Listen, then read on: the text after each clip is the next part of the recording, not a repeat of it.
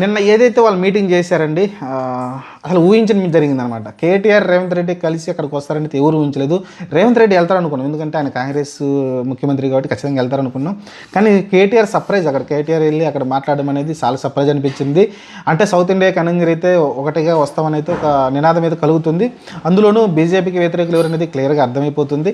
సరే, అది పక్కన పెట్టేస్తే అసలు ఏంటి నాకు వాళ్ళు కలవడం వల్ల ఏం జరిగింది ఏంటనేది ఏం మాట్లాడారని చూస్తే, ఖచ్చితంగా సౌత్ ఇండియాకి అన్యాయం జరుగుతుంది డీలిమిటేషన్ వల్ల, అంటే నియోజకవర్గాల పునర్విభజన వల్ల సౌత్ ఇండియాకి అన్యాయం జరుగుతుందని అయితే రేవంత్ రెడ్డి కావచ్చు లేకుంటే కేటీఆర్ కావచ్చు ఇద్దరు కూడా దాని గురించి చెప్పుకొచ్చారు.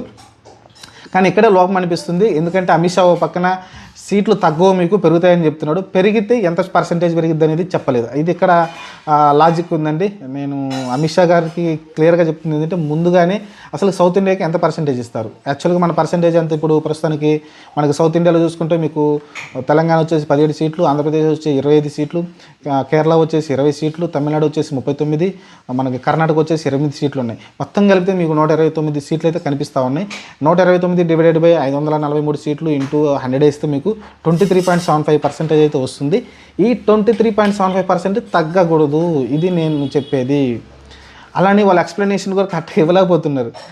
మీరు అడగాల్సింది ఏంటంటే, ఇప్పుడు ఏదైతే 23.75% ఉందో, లేకుంటే 24% రౌండ్ ఫిగర్ అనుకోండి, 24% ఫ్యూచర్లో కూడా తగ్గకూడదు. మీకు జనాభా ప్రతిపాదన చేస్తామంటే అది నష్టం జరుగుతుంది సౌత్ ఇండియాకి, అది క్లియర్గా.